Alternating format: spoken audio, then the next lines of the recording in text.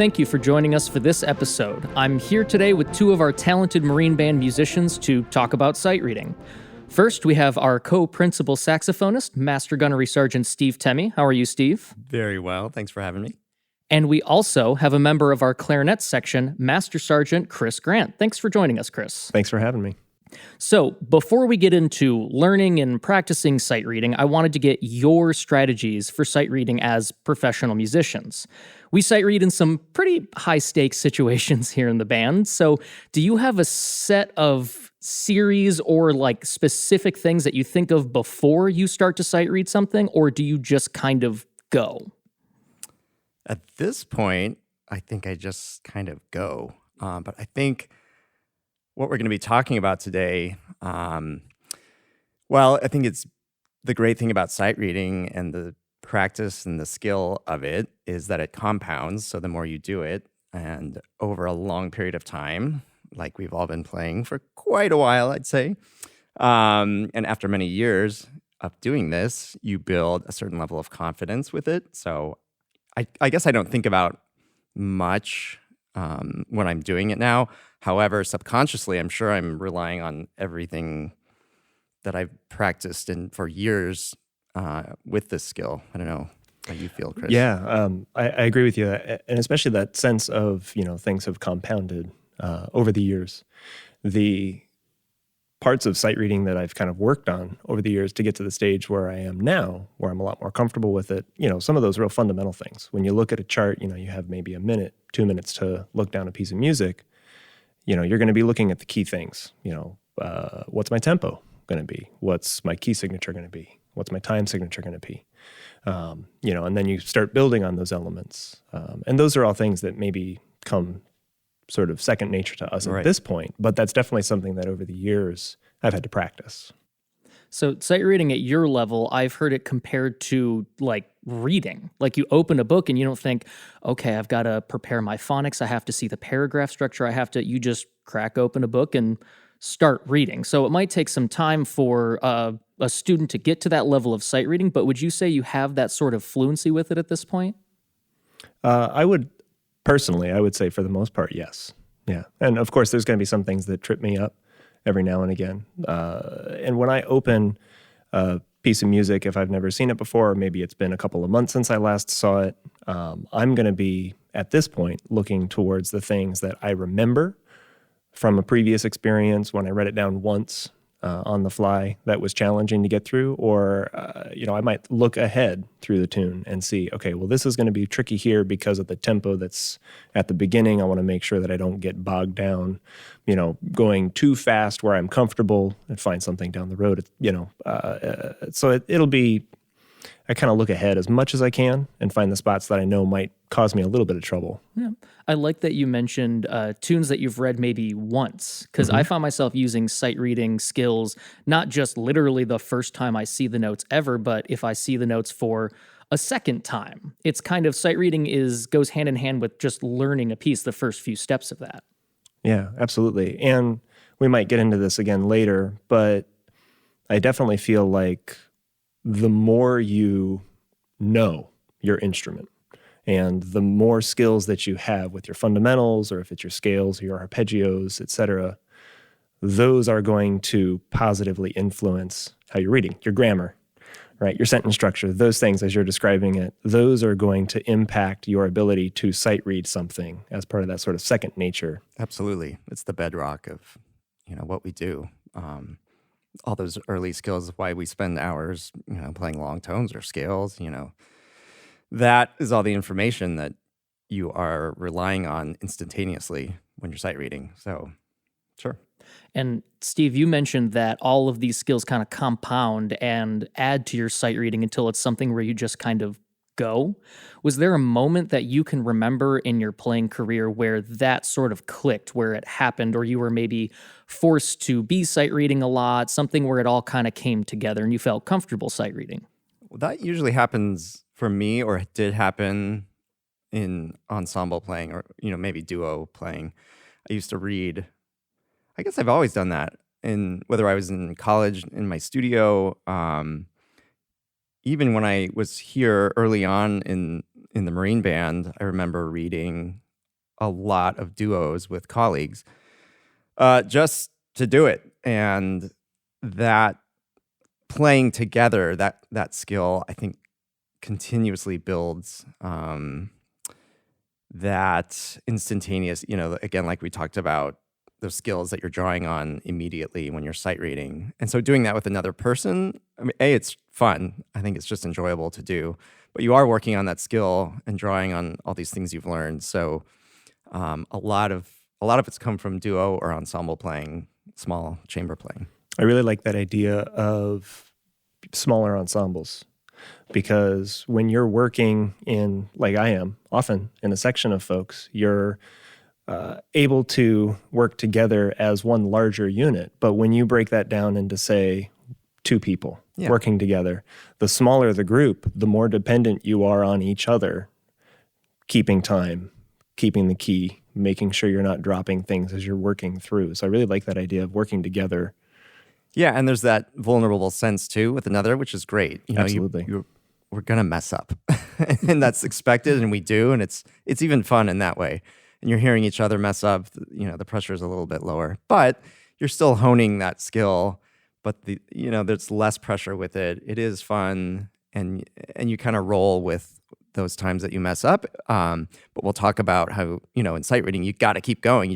You have to forge your way forward no matter what. And so that's a fun way to do that. Yeah, I like that you bring up small ensemble playing, because now that I'm reflecting on it, I kind of am just now having this realization that when I was kind of sink or swim learning sight reading was in grad school in saxophone quartet rehearsals. Yeah. If any of you are listening, I apologize. But I was very, very busy at a certain point in my grad school career, and I just would show up to these rehearsals like, okay, I maybe didn't practice as much as I wanted to going into this rehearsal, but I've got to be one of the 4 members of this musical ensemble, and I've just got to go. And so that kind of forced me to get into this mode that you're talking about.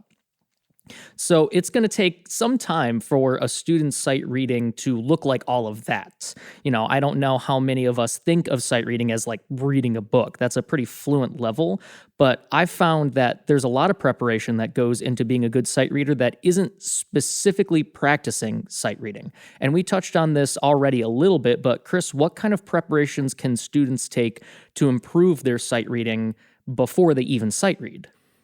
It's a great question. To use Steve's word from earlier, sort of the bedrock of what we do as musicians, the real fundamental level of things. So if you're talking about practicing your scales, practicing your arpeggios, making sure that your articulation is the best it can be, all of these things, understanding key signatures, understanding time signatures, understanding the rhythms, all of those real basic fundamental level things that we work on a regular basis.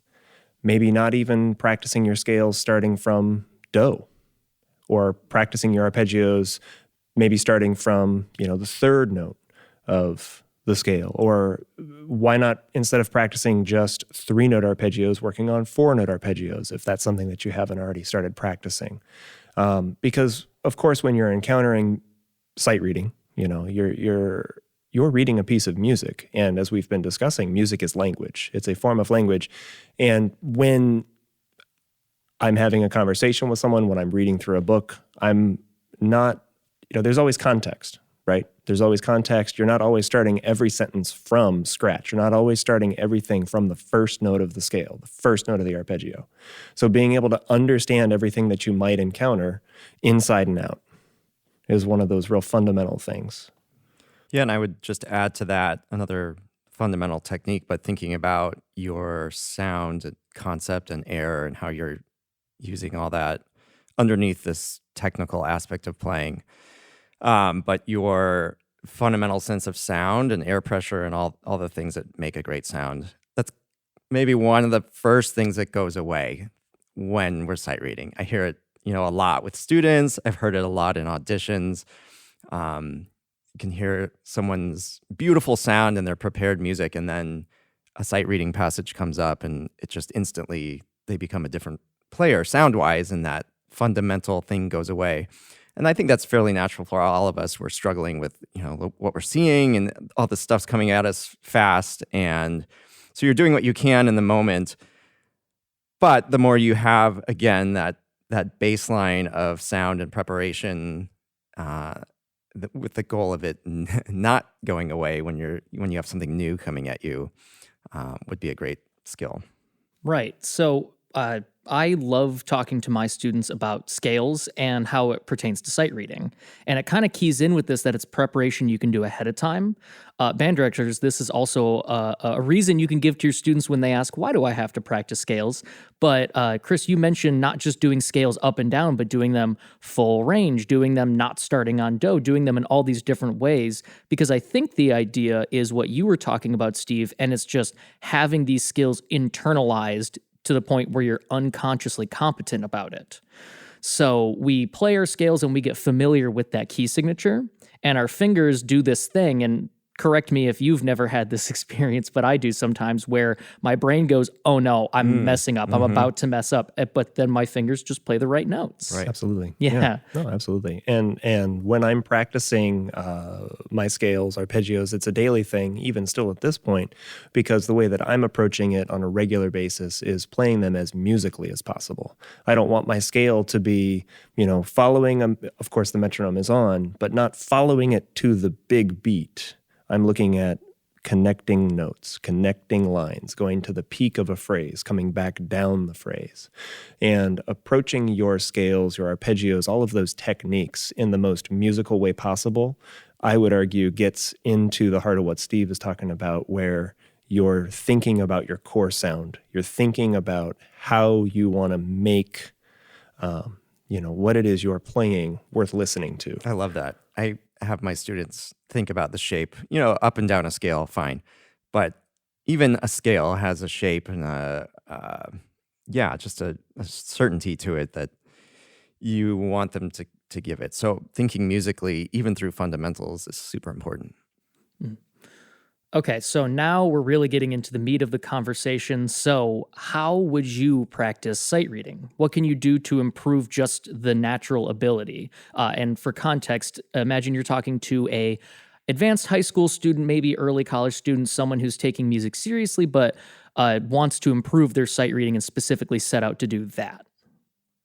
My approach has always been rhythm first when I'm teaching sight reading actively. So I have this exercise I do with a lot of students where, first we'll just maybe sing a line, the rhythms when I put something new in front of them.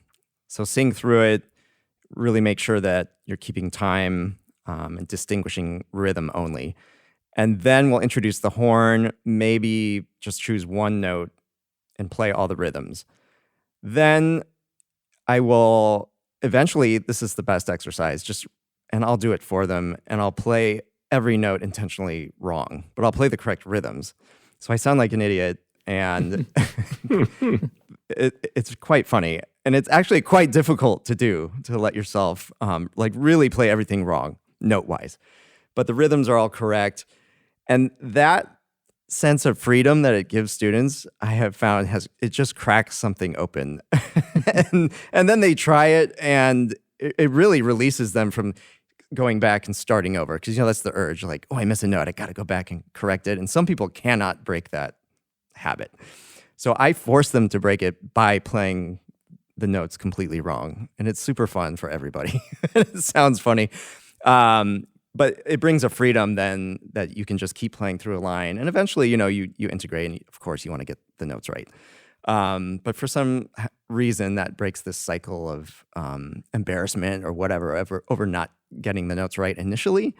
And so that's been a really fun technique that I've employed a lot.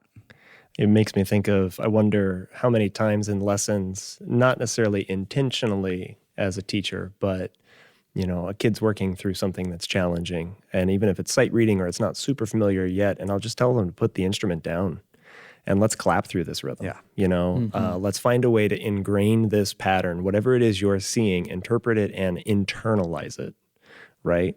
And make it a part of your experience working through this piece of music in this moment in time. That exercise where you play intentionally wrong notes but the right rhythms, I don't know why, but it reminds me of Workers' Union. For those of you who don't know, it's a piece that has a very specific rhythm that you play in unison with all of the other musicians, but the notes are just a vague suggestion of higher or lower. And I actually found that piece to be extremely difficult. Challenging, right? Yeah, you have a rhythm like da da da da da da da da da da, and then it tells you to move notes, and I found myself going to like the same notes. So that's funny that you mentioned that.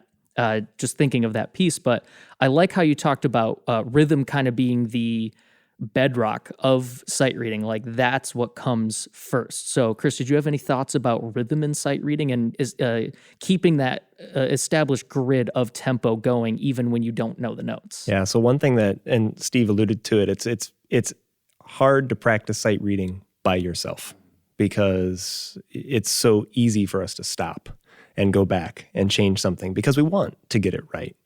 And so when you're alone by yourself working on sight reading, being able to stay, constantly looking ahead, because I've always felt that music is such an interesting language. It's such an interesting thing that we experience together, because not only do we have to live in the past, where have I come from musically, which leads to where I am right now. So I'm also living in the present, and all of that at the same time, I'm living in the future. I have to be constantly looking ahead and thinking, where is this going to take me?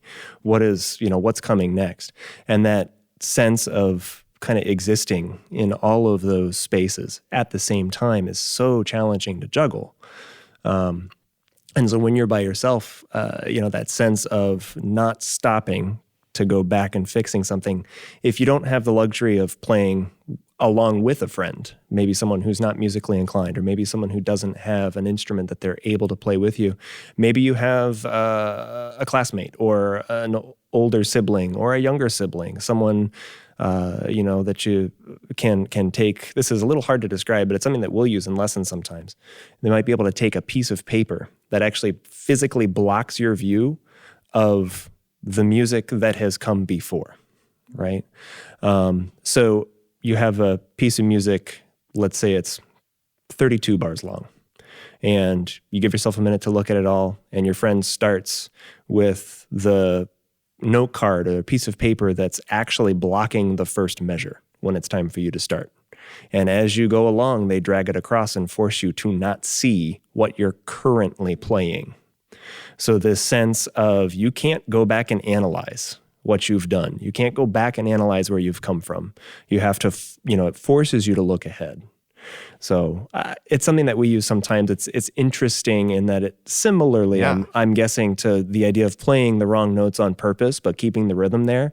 It helps many students sort of shed that preconceived notion of what's right, what have I done well, and it forces them to just look ahead. That's good. I'm going to use that. I like that game. I'm actually a little curious to try that out myself and see how well I do. It can be hard. It can be really challenging. I think younger students too, we've probably had the experience where they are tempted to tap the rhythm. Instead of, they're trying to keep a beat solid, but they end up maybe even with their foot or whatever, tapping the actual rhythms that they're seeing versus placing the rhythms in between the beats. So that's probably a pretty early on skill, but just developing that internalized sense of time. So we're talking about this established grid and keeping that kind of going, like this continuous tempo. Even if everything else fails, we're still keeping that time going. Is there a spot that you find students, especially younger students, tend to drop off that grid, like when they encounter a specific thing in the music? Absolutely. Dotted rhythms. Mm-hmm. Yeah. As soon as the notes, as soon as there's more notes in front of you, right? There's more information coming at you that you have to start processing.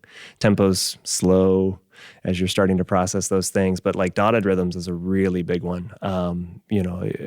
If you're going to turn, a dotted rhythm from, let's say, a dotted 8th, 16th into sort of a tripletized pattern, that's a big one. And the more that you can work on, finding those little spots, okay, here's a spot that I read, it's 5 bars down and it's, got a couple of dotted rhythms happening followed by a few 16th notes. I'm going to take an extra minute to look at that and make sure that I really feel that 16th note pulse as best I can before I start playing it. That's a key spot. Yeah, of course, dotted rhythms, tied rhythms, Mm-hmm. irregular, rhythmic. We'll say you have a 5/4 measure or something thrown in, or changing time signatures. So I guess another progression in the skill of sight reading could be to play only the first 2 beats of a measure, and then let whatever happens in the third, fourth, or fifth, whatever the time is, let it trail off. But again, that they're keeping the skill of keeping the beat and knowing how many they've counted. That's another huge skill. So what if they're just getting the first notes of every measure they see, and we're not going to worry about the end of the measure? So that might be another skill where you're just keeping place, which I think is super important when things get complex. You know where I actually find a lot of students drop off the grid train is held notes. Yes. Oh, Yeah. absolutely. It's Totally. just, it's so funny to think about, because it's, those are quote unquote the easy notes. I had a student the other day who was just absolutely crushing, like da da da da da da da da da da da da, like really hard rhythms, and then they got to a dotted half note and just dropped a whole beat and a half and moved on. Yep. And so if I'm constructing sight reading examples for anyone, I always make sure to throw in some random held notes just to make sure they've got that established grid and tempo underneath it so they continue to sight read. So true. Yeah. And, it's not actually necessarily part of sight reading, but that's something that happens pretty frequently in a lot of prepared things as well, for auditions and things, where folks might not necessarily be hearing the ensemble that they're playing with in their head, and you're hearing that time drop. Maybe they're looking ahead to the next challenging section, something like that. And granted, with sight reading, we don't necessarily always have the luxury of knowing what ensemble playing is happening in the theoretical background of, your piece of music in front of you. But at the same time, what you do have is the music that you've played and the music you're about to play, and really establishing that tempo internally, internalizing that pace helps. Actually, a specific example of this that I love is when someone plays the saxophone, or I guess clarinet and flute excerpt of the trio section from Rolling Thunder. The rests are usually what get people in trouble with time. And just that rest in between there, you got to leave room for the trombones in the little interjections the second time through. Well, how often in music is it that we encounter things that are pickups to the next measure, pickups to the this new idea that's coming? And one thing that can be visually jarring for us with a piece of music that's unfamiliar is you see the start of a phrase. Maybe it's following a rest. Maybe it's following a 16th note rest. You see that, and visually it's impactful as the beginning of something new. But the reality is maybe that's leading up to the start of a phrase, and so how we approach, where is the actual start of this idea, something that might be leading into it, that could help you. Actually, anything you see that on a page when you're sight reading that might look black, like 16th notes. Sure. What's the tendency? Like panic, go faster. Even if the tempo is relatively manageable, your tendency is to like go. Same with rest, so our natural inclination, I think, is to panic, and we compress rests. We play things faster than they need to be if it looks like a 16th or a 32nd note. So allowing yourself the time to work through that, what is the 16th note in, it's 60. It's not going to be too fast. So yeah, actually at the beginning of a sight reading excerpt, maybe if you have a tempo, you just go through the metric divisions. And, just sing that, what's a quarter, eighth, dot, dot, dot, dot, dot, dot, dot, dot, dot, really divide things in your head, just so you have that groundwork before you start playing. And a 16th note at this tempo is not going to be so fast. Mm-hmm. So we've talked about establishing that musical or rhythmic grid. We've talked about reading ahead and some exercises that help with those. But what are some resources for a student who wants something to sight read, something that they can use these concepts on? Is there some sort of method book or repertoire you'd suggest? So one of the things that I did before taking the audition that I ultimately won here with the Marine Band, I went to Ravelli Hall at Michigan, and I went down into the stacks and buried in the deep back corner, and I found a whole bunch of orchestral transcriptions that were done by von Suppe that nobody had been reading. And I mean, for clarinets at least, these are violin parts. Just straight violin parts all the way through, start to finish. Meaning very difficult. Yes, not written for this instrument, and they're orchestral transcriptions that we would not encounter on a regular basis. And I would just sit and read, maybe 30 minutes, an hour, hour and a half, and just go through charts and just sort of shed music that I'd never seen. I'd turn page, and just go, go, go, go, go. That was one way that I did it. Another thing that we actually employ with lessons nowadays with students is we'll have them work through method books that are super unfamiliar to them. So we've got in our studio, we've got a house full of clarinet players, and we've got a handful of trumpet books, and we've got a handful of other instruments.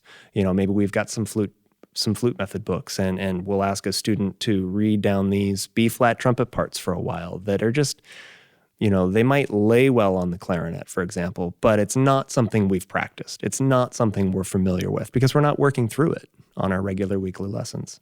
Or if you want to take it to another level with a student who is more advanced, or the sight reading, you're ready to kind of try something different, grab the flute part, but now you have to read it in clarinet.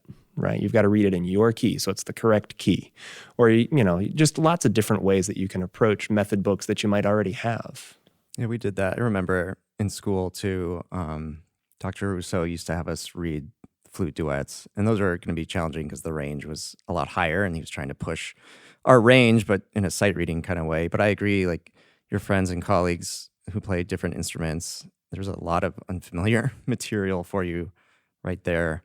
I have students now who use an online generator, like an app. I've seen that.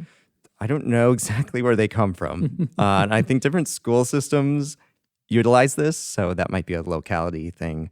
But I know it exists where it can generate music at a certain grade or level. I have my students do Sousa March parts that they've never played before. How many of us have played John Philip Sousa's Harmonica Wizard?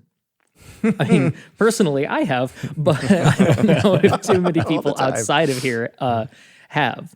So, last question. I wanted to talk about sight reading a little bit in the context of our audition here at the Marine Band.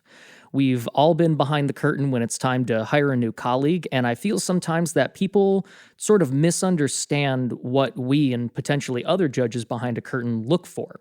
When judging sight reading, do you just sit behind the curtain and count the number of mistakes a player makes, or is it something deeper? I think it's definitely something deeper. It's the overall sound. This person is putting forward their best attempt, of course, at seeing something brand new. But I'm not looking specifically at missed notes. It's the same thing I tell my students. I'm less interested in the notes, and I'm more interested in what they're conveying in a phrase or rhythmically. Again, I mentioned this earlier. Is the sound changing, or is their sound concept able to stay the same? And at least they're trying to make the most of something, even if they themselves are missing a lot or it's not going great. But how much can you retain that's fundamental and try and convey the sense of overall?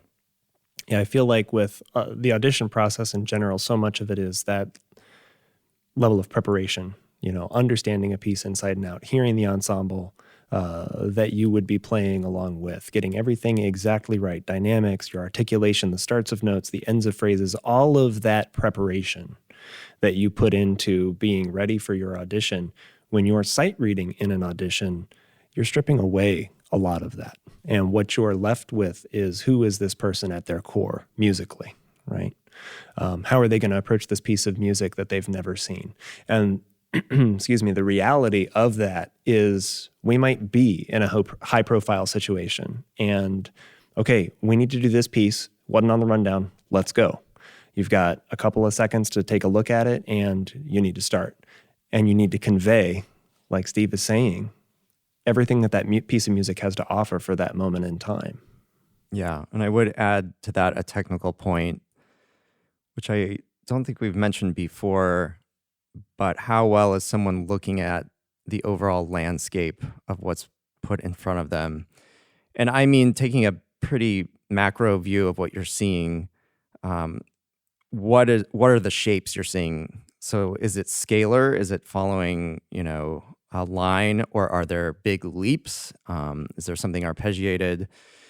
So I think getting that macro view early on, you can tell if someone's done that. Is there a really big meter change or tempo change? That was one that stuck out recently in an audition, and that was missed, but maybe seeing that at the beginning, like big meter shifts, big leaps. Of course, we're always scanning for accidentals and time signature and all the usual things, but what's the overall shape and landscape of an excerpt you're looking at? Well, Steve, Chris, thank you so much for joining me today. Thanks for having us. Yeah, thanks very much.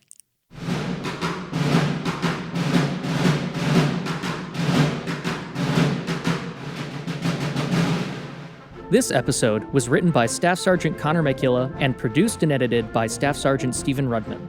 Recorded in John Philip Sousa Band Hall at Marine Barracks, Washington, D.C.